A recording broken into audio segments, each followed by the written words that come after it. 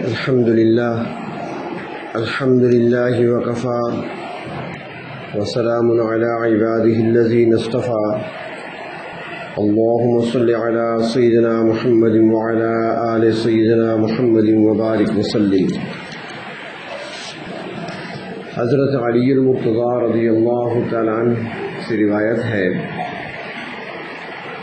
وہ فرماتے ہیں کہ میں نے نبی اکرم صلی اللہ علیہ وسلم سے پوچھا، سوال کیا کہ آپ کی سنت کیا ہے، آپ کا طریقہ کیا ہے؟ تو نبی اکرم صلی اللہ علیہ وسلم نے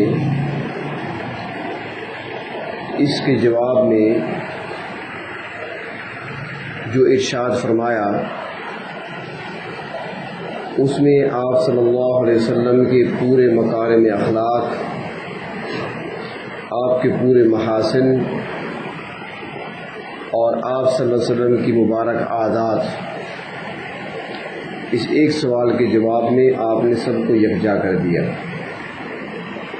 17 چیزیں آپ صلی اللہ علیہ وسلم نے ارشاد فرمائی۔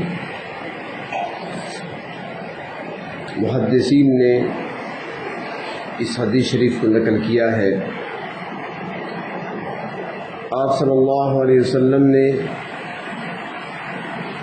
حضرت علی المرتضیٰ کے سوال کے جواب میں جو پہلا جملہ ارشاد فرمایا، آپ نے ارشاد فرمایا المعرفۃ رأس مالی، کہ میرا رأس المال وہ معرفت ہے۔ یہ پہلی چیز آپ نے ارشاد فرمائی۔ ایک اہم حدیث ہے اور اس میں جو کچھ ارشادات ہیں، جو کچھ ارشاد فرمایا نبی اکرم صلی اللہ علیہ وسلم نے، یوں سمجھے کہ یہ 17 جملے نہیں بلکہ 17 موتی ہیں، اور 17 موتیوں کی مالا بنا کر اللہ کے محبوب صلی اللہ علیہ وسلم نے امت کے سامنے پیش فرمائی ہے۔ رأس مال اصل سرمایہ کو کہا جاتا ہے۔ جب ایک تاجر تجارت شروع کرتا ہے، ایک دکاندار دکان کا افتتاح کرتا ہے،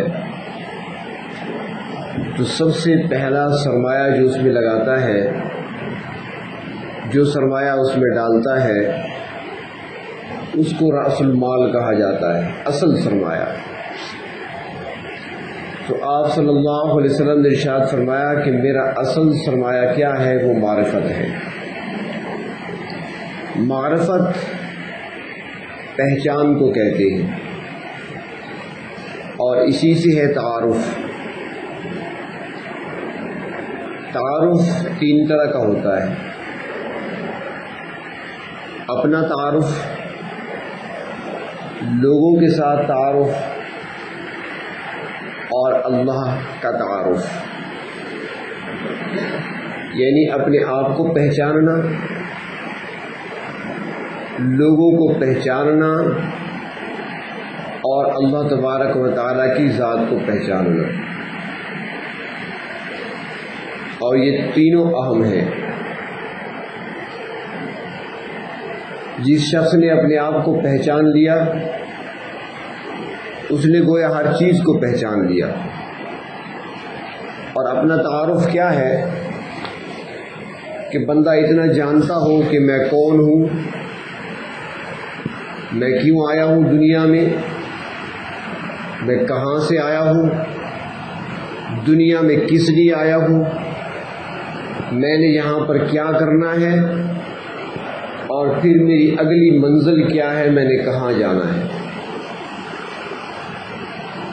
اور ساتھ ہی اسے یہ بھی معلوم ہو کہ جب میں آیا تھا تو سطر میرا چھپا ہوا نہیں تھا، میرے جسم پہ لباس نہیں تھا، چبانے کے لیے میرے دانت نہیں تھے، پکڑنے کے لیے میرے ہاتھوں میں قوت نہ تھی، چلنے کے لیے میرے پاؤں میں طاقت نہ تھی، سردی اور گرمی سے بچانے، اپنے آپ کو بچانے کی مجھ میں ہمت نہ تھی، اور نفع نقصان سے اپنے آپ کو بچانے کے لیے میرے پاس شعور تک نہ تھا۔ اور جب دنیا سے میں جاؤں گا تو ایک وہ وقت بھی آئے گا کہ یہ سب کچھ جو آج میرے پاس ہے، جو میں دیکھ رہا ہوں، جس کو سنبھال کے میں رکھتا ہوں، یہ سب کچھ چھوڑ کر خالی ہاتھ ہی مجھے جانا پڑے گا۔ جیسے خالی ہاتھ آیا تھا اسی طرح خالی ہاتھ ہی جاؤں گا۔ اجڑ گیا وہ باغ جس کے لاکھ مالی تھے، سکندر جب چلا دنیا سے دونوں ہاتھ خالی تھے۔ سکندر کچھ نہ لے گیا تو ہم کیا لے کر جا سکتے ہیں دنیا سے؟ تو انسان کو اپنا تعارف ہونا چاہیے، اپنی پہچان ہونی چاہیے۔ دوسرا تعارف معاشرے میں لوگوں کے ساتھ، اس کی بھی ایک اہمیت ہے۔ اللہ تبارک و تعالیٰ قرآن حکیم میں فرماتے ہیں، یا ایھا الناس، اے لوگو، انا خلقناکم، ہم نے ہی پیدا کیا ہے تمہیں، وجعلناکم شعوبا وقبائل لتعارفوا، اور تمہیں قوموں اور قبیلوں میں تقسیم کر دیا، کس لیے؟ لتعارفوا، تاکہ پہچان تمہاری ہو سکے۔ تعارف کے لیے، پہچان کے لیے اللہ رب العزت نے قومیں اور قبیلے بنائے ہیں۔ اور تیسرا تعارف پروردگار عالم کا، معرفت بھی سے کہتے ہیں، تعارف بھی کہتے ہیں۔ جس نے اپنے رب کو پہچان لیا، جس کو یہ معرفت حاصل ہو گئی، اس کے لیے زندگی گزارنا پھر آسان ہے۔ اس کے دل میں خشیت بھی آئے گی، اس کے دل میں اللہ کی عظمت بھی آئے گی، اللہ کی بڑائی بھی آئے گی، اللہ کی محبت بھی آئے گی۔ آج یہ ساری چیزوں سے ہمارا دامن خالی ہے، ہمارا من خالی ہے، اس کی وجہ یہ ہے کہ ہم نے معرفت کو حاصل نہیں کیا۔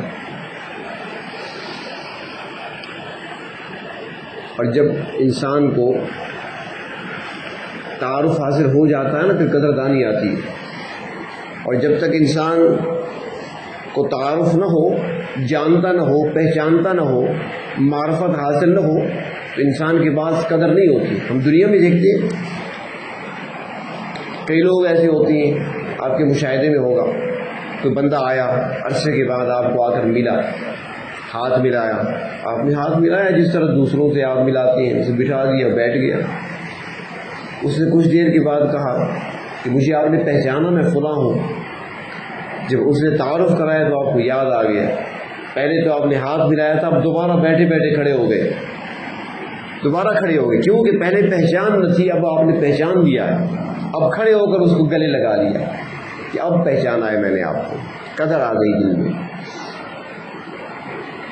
ایک واقعہ پڑھا تھا، جب ہندوستان کی تقسیم ہوئی تھی، پاکستان بنا تھا، تو بڑا آزمائش کا دور تھا، اور خصوصاً ان کے لیے جو مہاجرین بنے تھے، وہاں سے ہجرت کر کے پاکستان کی طرف آ رہے تھے، بڑی سختیاں جھیل کر یہاں پہنچے تھے، بڑی مشکلوں سے پہنچے تھے، اور ان کے ساتھ کئی حادثے پیش آئے راستے میں۔ تو انہی مہاجرین میں سے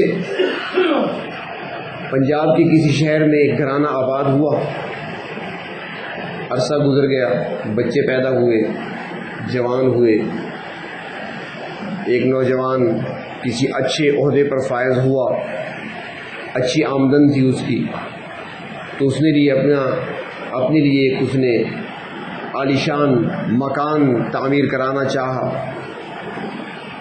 پلاٹ لیا، سامان آیا، مستری مزدور آئے، کام شروع کرا دیا۔ جب کام شروع ہوا، شروع میں تو کھدائی ہوتی ہے، اس کے بعد اینٹیں آتی ہیں، اس کے بعد سیمنٹ آتی ہے، تو اینٹیں آئیں، سیمنٹ وغیرہ آئی، تو معمار نے اسے کہا کہ آپ ایسے کریں، کسی چوکیدار کا انتظام کریں، ورنہ یہ اینٹیں تو لوگ اٹھا کر لے جائیں گے رات کو، کہ آپ کی سیمنٹ کی بوریاں لوگ اٹھا کر لے جائیں گے، اور پھر کچھ دنوں کے بعد تو یہاں اور سامان بھی آئے گا، کچھ اور مٹیریل بھی آئے گا، کہ آئرن بھی آئیں گے، گارڈر بھی آئیں گے، سریا بھی آئے گا، قیمتی چیزیں ہوں گی، لوگ اٹھا کر لے جائیں گے، چوکیدار کا انتظام ضرور کریں۔ اس نے کہا ٹھیک ہے، میں کچھ کرتا ہوں۔ ابھی وہ گھر کی طرف جا رہا تھا کہ راستے میں ایک بوڑھا آدمی اسے ملا. گٹھڑی اس نے اٹھائی ہوئی ہے, اس میں 2-3 جوڑے کپڑے کے ہیں, سوٹ ہیں 2-3 اس کے. وہ گٹھڑی اپنے پاس ہے اور جا رہا ہے. اس نے دیکھا تو اپنی گاڑی روک لی. اس سے پوچھا بابا کہاں جا رہے ہو؟ اس نے کہا بس جا رہا ہوں, کہیں پر کوئی ٹھکانہ مل جائے گا. اس نے کہا گھر آپ کا کہاں ہے؟ اس نے کہا میرا کوئی گھر نہیں ہے. کہیں کام کرتے ہو؟ اس نے کہا نہیں, جب مل جاتا ہے تو کر لیتا ہوں پیٹ پالنے کے لیے, پیٹ بھرنے کے لیے. اس نوجوان نے کہا اچھی بات ہے, بابا مل گیا, نہ اس کا گھر ہے نہ مکان ہے, بھائی اسی کو رکھ لیتا ہوں چوکیدار, بستر چارپائی دے دوں گا اسے. اس سے کہا کہ میں مکان بنوا رہا ہوں اور مجھے ایک چوکیدار کی ضرورت ہے, اگر آپ چاہیں تو میرے پاس آئیں, آپ کو 2 وقت کا کھانا بھی ملے گا, جو محنت مزدوری آپ کی بنے گی وہ بھی آپ کو ماہانہ ملے گی, یعنی معاوضے کی صورت میں یا اس تنخواہ کہہ لیں, اور جو تعاون ہوگا آپ سے کرتے رہیں گے. بس آپ نے کرنا یہ ہے کہ سامان کا خیال رکھنا ہے کہ چوری نہ ہو, بس یہ آپ کی ڈیوٹی ہے. اس نے کہا ٹھیک ہے مجھے منظور ہے. گاڑی میں بٹھایا, لے گیا اس مکان پر, اپنے پلاٹ پر. میں آپ کے لیے انتظام کرتا ہوں, 4-5 بستر کا انتظام کر دیا گیا, جن کو آرام کرنا, رات کو پہرا دینا. اس نے کہا ٹھیک ہے. اب وہاں پر وہ بوڑھا آدمی تھا, جگہ مل گئی اس کو, اب وہ رہ رہا ہے وہاں پر, رات کو پہرا دیتا ہے. لیکن بڑھاپا ہے, تھکاوٹ, رات کو نیند آ گئی. ایک دن نیند آئی تو پہلے سے ہی کچھ قریبی ایئرپورٹ پہ جہاز اترے ہوئے تھے. انہوں نے دیکھا بابا جی سو رہے ہیں تو وہ آئے اور کچھ چیزیں اٹھا کر لے گئے. صبح کو پتہ چلا, مستری مزدور آئے تو انہوں نے بتایا مالک کو کہ رات چوری ہو گئی ہے. اس نے بابا جی کو بلایا, بابا جی آپ کو تنخواہ میں نے دینی ہے, معاوضہ دینا ہے, کھانے کا انتظام کیا, آپ کے لیے بستر چارپائی کا انتظام کیا, آپ کی ڈیوٹی تو یہی ہے, آپ نے خیال رکھنا ہے, آپ نے کوتاہی کی ہے, چوری ہو گئی. ذرا سخت کلامی کی اس کے ساتھ. تو بابا نے کہا بیٹا بوڑھا ہوں, بیمار رہتا ہوں, آنکھ لگ گئی, بس غلطی ہو گئی مجھ سے, آئندہ نہیں ہوگا. اس نے کہا آئندہ پھر نہ ہو, اگر ایسا ہوا تو پھر نکال دوں گا تمہیں. بابا جی غریب آدمی خاموش ہو گیا. 2-4 دن گزرے, ایک بار پھر ایسا ہوا, چوری ہو گئی. پھر اس نے ڈانٹ پلائی اسے. تیسری مرتبہ پھر چوری ہو گئی. کچھ سامان ذرا زیادہ کسی نے چرا لیا, یا کچھ سریا وغیرہ قیمتی چیزیں تھیں وہ اٹھا کر لے گئے. تو اب جب مالک آیا اسے پتہ چلا, اس نے بابا جی کو بلایا اور اس کو خوب ڈانٹا, اور آخرکار کہا کہ تم اپنی اوقات سے آگے نکل رہے ہو, اپنی اوقات بھول چکے ہو, اٹھاؤ اپنی گٹھڑی اور چلے جاؤ یہاں سے. بابا جی نے گٹھڑی اٹھائی, کمزور بیمار آدمی تھا, وہ آہستہ آہستہ قدم اٹھانے لگا. جوان غصے میں تھا تو اس نے اسے دھکا دیا, جلدی سے چلو یہاں سے نکلو. جب دھکا دیا تو وہ بزرگ زمین پہ گرا, اور جو ہی گرا اس نے آسمان کی طرف دیکھا, اس کی آنکھوں میں آنسو تھے. اس نے کہا میرے اللہ, میں ایسا تو نہ تھا. جب اس نے یہ لفظ کہے اس نوجوان نے کہا کہ بھئی حالت دیکھو اس کی, مزدور بندہ ہے, نہ گھر ہے نہ مکان ہے نہ رہائش کی جگہ ہے, کہتے میں ایسے تو نہ تھا, تو کیا تھا, کیا وزیر اعظم تھا ہمارے ملک کا یہ؟ تو وہ غصے میں اس کے قریب آئے, اسے کہتے ہاں تم کیسے تھے پہلے؟ اس نے کہا بس کچھ نہیں. اس نے کہا نہیں بتاؤ مجھے, ابھی تم نے اوپر دیکھ کر کہا اللہ میں ایسا تو نہ تھا, تو کیسا تھا تو؟ اس بوڑھے نے کہا کہ ایک کہانی ہے میرے پاس, سننا چاہتے ہو تو پھر سن لو. نوجوان نے کہا سناؤ. کیا سناؤ گے؟ اب یہ سوچ رہا تھا کوئی جھوٹ کوئی سنائے گا. تو بابا جی نے روتے ہوئے سنایا کہ میرے والد صاحب اپنے وقت کے بہت بڑے سیٹھ تھے, بڑی جائیداد کے مالک تھے. ہم ہندوستان میں رہتے تھے, فلاں علاقے میں رہتے تھے. پاکستان بنا, بٹوارا ہوا, تقسیم ہوئی, ہمارے قافلے وہاں سے چلے, جائیداد چھوڑ کر, مکان چھوڑ کر. کئی مکانات تھے ہمارے کرائے پہ لگے ہوئے تھے. میری عمر اس وقت 10 سال کی تھی, 11 سال کی تھی. میں بھی قافلے کے ساتھ تھا, میرے بھائی بھی تھے, میری بہنیں بھی تھیں, والدین بھی تھے. قافلہ ہمارا چلا, راستے میں قافلے پہ حملہ ہوا. میں نے اپنے بھائیوں کی تڑپتی ہوئی لاشوں کو دیکھا ہے. میں نے اپنی آنکھوں سے اپنے باپ کو وہاں پر دم توڑتے دیکھا. میں وہاں پر بچا, میں نہیں جانتا کہ کون ہمارے قافلے میں باقی زندہ بچا, لیکن میں کس طریقے سے بچ گیا, وہاں سے بھاگ نکلا, اور چلتے چلتے میں کراچی پہنچ گیا. اور میں تلاش کرتا رہا اپنے خاندان کو، اپنے گھر والوں کو کہ کوئی تو زندہ بچہ ہوگا مجھے ملیں گے۔ میں نے کیمپوں میں تلاش کیا، میں نے محلوں میں تلاش کیا، میں نے بازاروں میں تلاش کیا، میں نے منڈیوں میں تلاش کیا، اور اسی تلاش میں نے زندگی گزار دی۔ جوانی میری آئی اور چلی گئی، مجھے پتہ ہی نہیں چلا۔ بڑھاپا مجھ پہ طاری ہو گیا۔ آج بھی شہر شہر گھومتا ہوں، بستی بستی کریا کریا چکر لگاتا ہوں، شاید مجھے کوئی اپنا مل جائے، لیکن آج تک مجھے کوئی نہ مل سکا۔ نوجوان سن رہا ہے، اس نے کہا بابا جی تمہارا نام کیا ہے؟ اس نے اپنا نام بتایا۔ اس نے کہا تمہارے والد محترم کا کیا نام ہے؟ اس نے والد کا نام بتایا۔ تو نوجوان روتے ہوئے اس کے قدموں میں گر پڑا، مجھے معاف کر دیں، میری ماں تو ساری زندگی آپ کو یاد کر کر کے روتی رہی، اور روتے روتے اس نے دم توڑ دیا آپ ہی کی یاد میں، آپ تو میرے سگے ماموں ہیں۔ اب جب تک پہچانا نہیں تھا دھکے دے رہا تھا، اب قدموں میں پڑا ہے، ماموں ناراض نہ ہو، مجھ سے غلطی ہو گئی، یہ مکان میرا نہیں آپ کا ہے، یہ بنگلہ میرا نہیں آپ کا ہے، آپ سکون سے رہیں، جہاں چاہیں جیسے چاہیں آپ رہیں، مجھے معاف کر دیں۔ تو جب تک تعارف نہیں تھا دھکے دے رہا تھا، ڈانٹ پلا رہا تھا، جب تعارف ہوا اور پہچانا معافی مانگ رہا ہے، قدموں میں پڑا ہوا ہے۔ معرفت ایسی چیز ہے، یہ آپ نے بھی سنا ہوگا، پڑھا ہوگا، کچھ عرصہ پہلے کی بات ہے، کئی سال پہلے کی بات ہے کہ کراچی میں ایک ڈاکٹر تھے، نیورو سرجن تھے۔ ویسے یہ ہوتے تو بڑے ہمدرد ہیں، سارے رحم دل ہوتے ہیں، وہ ذرا کچھ زیادہ ہی تھا۔ تو جو بھی مریض آتا تھا چاہے جتنا سیریس کیوں نہ ہو، اس کا مطالبہ ہوتا پہلے فیس جمع کراؤ، بعد میں مریض کو چیک کروں گا۔ کسی مریض کو وہ دیکھنے تک کے لیے تیار نہیں ہوتا تھا جب تک فیس جمع نہ کرائی جائے۔ ایک مرتبہ روڈ ایکسیڈنٹ ہوا، ایک نوجوان کو اسپتال لایا گیا، ڈاکٹر کے پاس دوڑے ہوئے آئے کہ ایسے روڈ پہ ایکسیڈنٹ ہوا، نوجوان ہے، موٹر سائیکل پہ تھا، کسی گاڑی نے ٹکر ماری ہے، سر پہ چوٹ لگی ہے، شدید تکلیف میں ہے، ہم اسے لائے ایمرجنسی میں، آپ ذرا چیک کر لیں۔ اس نے کہا فیس جمع کراؤ۔ اس نے کہا جی اس کے ساتھ تو کوئی نہیں ہے، نہ بھائی ہے نہ باپ ہے، کوئی پتہ نہیں کون ہے، فی الحال تم نہیں جانتے، اٹھا کر ہم لائے ہیں، انسانی ہمدردی کے تحت آپ بھی دیکھ لیں، جو بھی ہوگا آخر آئیں گے رشتے دار، اس کے والد بھی آئے گا، اس کے بھائی بھی آئیں گے، جب پتہ چلے گا تو فیس دے دیں گے۔ اس نے کہا نہیں، پہلے فیس جمع کراؤ۔ وہ منتیں کرتے رہے لیکن وہ تیار نہیں ہوا۔ آخرکار انہیں کہا وہ سیٹھ مل گیا باہر، لوگوں نے اس سے بات کی، اس نے کہا ٹھیک ہے چلے میں ذمہ لیتا ہوں، ڈاکٹر مجھے پہچانتا ہے۔ اس نے آ کر ذمہ لیا کہ بھائی اگر اس کا باپ یا بھائی کوئی نہ آیا، انہوں نے فیس نہ دی تو فیس میں دوں گا، آپ دیکھیں چیک کریں۔ تو اس کے اطمینان دلانے پر اور ذمہ لینے پر ڈاکٹر وہاں سے اٹھا، بڑا خرامہ چلتا ہوا آپریشن تھیٹر میں پہنچا۔ جب وہاں پہنچا اور نوجوان مریض کے پاس پہنچا، نوجوان کے آخری سانس کے دم توڑ رہا تھا۔ ڈاکٹر کی جو ہی نظر پڑی اس کی چیخ نکل گئی، اس کا اکلوتا بیٹا اس کے سامنے تھا۔ لوگ بلا رہے تھے، نہیں جا رہا تھا، پہلے فیس جمع کراؤ۔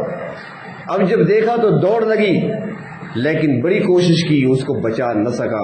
اس کے بعد کی زندگی وہ دیواروں سے ٹکرے مارا کرتا تھا، اے کاش مجھے پہلے پتہ چل گیا ہوتا، میں ساری جائیداد خرچ کر کے سب کچھ بیچ کر اپنے بیٹے کی زندگی بچا لیتا۔ تو تعارف نہیں تھا تو قدر نہ تھی، تعارف ہوا، پہچانا تو پھر قدر آئی۔ تو اس طرح جس بندے کو پروردگار عالم کا تعارف حاصل ہو جائے، معرفت حاصل ہو جائے، اپنے رب کو پہچان لے، تو پھر دل میں اس کی عظمت آتی ہے، پھر خشیت دل کے اندر آتی ہے، پھر اپنے رب کو جب پہچانتا ہے تو پھر سوچ آتی ہے کہ میں کون ہوں، میں تو آیا تھا دنیا میں، مجھے نعمتیں کس نے عطا کی ہیں، یہ دنیا کی رنگینیاں آج جو مجھے نظر آتی ہیں یہ میری اپنی نہیں، کسی کی عطا کردہ ہے، یہ میرے پاس مال ہے، اولاد ہے، جو کچھ بھی ہے میرے رب کی عطا ہے، میرے پروردگار کی عطا ہے۔ پھر وہ رب کے بارے میں جب سوچتا ہے، اس کو تعارف حاصل ہوتا ہے، معرفت حاصل ہوتی ہے، تو پھر اس کے لیے پھر چلنا دین پر بھی آسان ہوتا ہے، اس کے لیے اعمال کرنا بھی آسان ہوتا ہے، اس کے لیے گناہوں سے بچنا بھی آسان ہو جاتا ہے، اس کے لیے نیکیاں کرنا بھی آسان ہو جاتا ہے۔ پھر وہ جو کچھ بھی کرتا ہے اللہ کی محبت میں کرتا ہے۔ ایک ذمہ داری سمجھ کر کام کرنا اور چیز ہے، ایک محبت سے کام کرنا یہ اور چیز ہے، بڑا فرق ہے۔ ایک بندہ ذمہ داری سمجھتا ہے میرا کام ہے، ڈیوٹی ہے، بس میں نے کرنی ہے، تو وہ تو کام کرے گا، لیکن جب وہ محبت سے کرے گا اس کام میں پھر اثر بھی اور ہوگا، اس کی لذت بھی اور ہوگی، اس کا مزہ بھی اور ہوگا۔ یہ اللہ والے جو ہوتے ہیں نا، ان کو چونکہ معرفت حاصل ہوتی ہے، وہ جب دوسروں کو دیکھتے ہیں نا، ان کو پھر غصہ آتا ہے کہ یہ ایسا کر رہے ہیں، کیونکہ وہ جو چیز حاصل کر چکے ہوتے ہیں، ان کے اندر جو چیز اندر سرایت کر چکی ہوتی ہے، وہ تو اس کو دیکھ رہے ہوتے ہیں، انہیں سمجھ ہی نہیں آتی کہ لوگ کیا ایسے بھی کر سکتے ہیں۔ ہمارے بزرگوں میں سے ایک گزرے ہیں، اب مجھے نام یاد نہیں رہا، اکابرین میں سے ہیں، دارالعلوم دیوبند کے اساتذہ ہیں، اساتذہ میں سے تھے، استاد تھے، شیخ الحدیث تھے، بیمار ہوئے، آنکھوں کی تکلیف کوئی ہوئی، تو آنکھوں کی تکلیف ہوئی تو ایک مدرس ان کے ایک ساتھی پوچھنے کے لیے آئے، اور انہوں نے آ کر کہا کہ حضرت یہ جو آپ کو بیماری لگی ہے نا آنکھوں کی، سنا ہے کہ اس بیماری سے انسان نابینا ہو جاتا ہے، اندھا ہو جاتا ہے۔ اس نے کہا واقعی؟ اس نے کہا جی ہاں، میں نے یہی سنا ہے کہ اس بیماری میں آنکھوں کی بینائی چلی جاتی ہے، انسان اندھا ہو جاتا ہے 3 دنوں کے بعد۔ کہنے لگے اچھا، مجھے تو آج تیسرا دن ہے۔ جب چوتھا دن شروع ہوا نا، صبح بیٹھے ہیں، آواز دی گھر والوں کو، آؤ مجھے ذرا بیت الخلاء تک لے جاؤ۔ انہوں نے کہا کیوں؟ انہوں نے کہا مجھے نظر نہیں آتا، میں نابینا ہو گیا ہوں۔ لے گئے ان کو، وضو کرایا، نماز پڑھی، اب وہ بیٹھے ہیں، میں نابینا ہوں، بینائی چلی گئی۔ مدرسین کو پتہ چلا، پوچھنے کے لیے آیا حضرت کیا ہوا؟ انہوں نے کہا جی وہ فلاں حضرت آئے تھے، انہوں نے مجھے بتایا تھا کہ یہ بیماری ایسی ہے کہ 3 دن بعد بندہ نابینا ہو جاتا ہے، تو 3 دن کے بعد میں نابینا ہو گیا ہوں۔ اب وہ سمجھ گئے کہ اب یہ بات پکڑ کے بیٹھے ہیں، نابینا نہیں ہے بینا، لیکن اس کی بات پکڑ کے بیٹھے ہیں۔ انہوں نے کہا حضرت انہوں نے ایسے کہہ دیا ہوگا، آپ کی بینائی تو ہے، آپ تو ٹھیک ہے۔ اس نے کہا نہیں، وہ مسلمان ہو کر جھوٹ بول سکتا ہے؟ مسلمان ہے، اس نے مجھے کہا ہے تو ٹھیک کہا ہے نا، مسلمان ہے، مسلمان جھوٹ بول سکتا ہے، اس کی بات سچی ہے۔ اب سارے پریشان ہیں کہ حضرت کو راضی کیسے کریں۔ حضرت علامہ انور شاہ کاشمیری رحمۃ اللہ علیہ کو اطلاع دی گئی، انہوں نے فرمایا کہ میرے پاس علاج ہے۔ وہ ملنے کے لیے آئے، پوچھنے کے لیے چلے گئے، کہ حضرت کیا ہوا؟ کہنے لگے بس میں بیمار ہوا تھا اور فلاں ساتھی آئے تھے، انہوں نے کہا کہ ایسی بیماری ہے 3 دن بعد بندہ نابینا ہو جاتا ہے، بس گھر میں بیٹھا ہوں، نہ پڑھا سکتا ہوں، نہ مدرسے جا سکتا ہوں، کیا کروں، مجبور ہوں۔ رونے لگے۔ حضرت شاہ صاحب کہنے لگے کہ اچھا حضرت بات یہ ہے کہ میرے پاس ایک ایسا دم ہے کہ نابینا بینا ہو جاتا ہے۔ فرمایا اچھا اگر ہے تو پھر دم کرے نا مجھ پہ۔ کہا ابھی پڑھتا ہوں۔ سورۃ فاتحہ پڑھ کے پھونک ماری۔ فرمایا بتاؤ مجھے میں نظر آ رہا ہوں؟ کہا جی نظر آ رہے ہیں۔ کمرہ نظر آ رہا ہے؟ جی نظر آ رہا ہے۔ ٹھیک ہو گیا، مبارک ہو۔ اس نے کہا ٹھیک ہے، چلو مدرسے چلتے ہیں۔ وہ کیوں کہ وہ سمجھ ہی نہیں سکتے تھے کہ مسلمان بھی جھوٹ بول سکتا ہے۔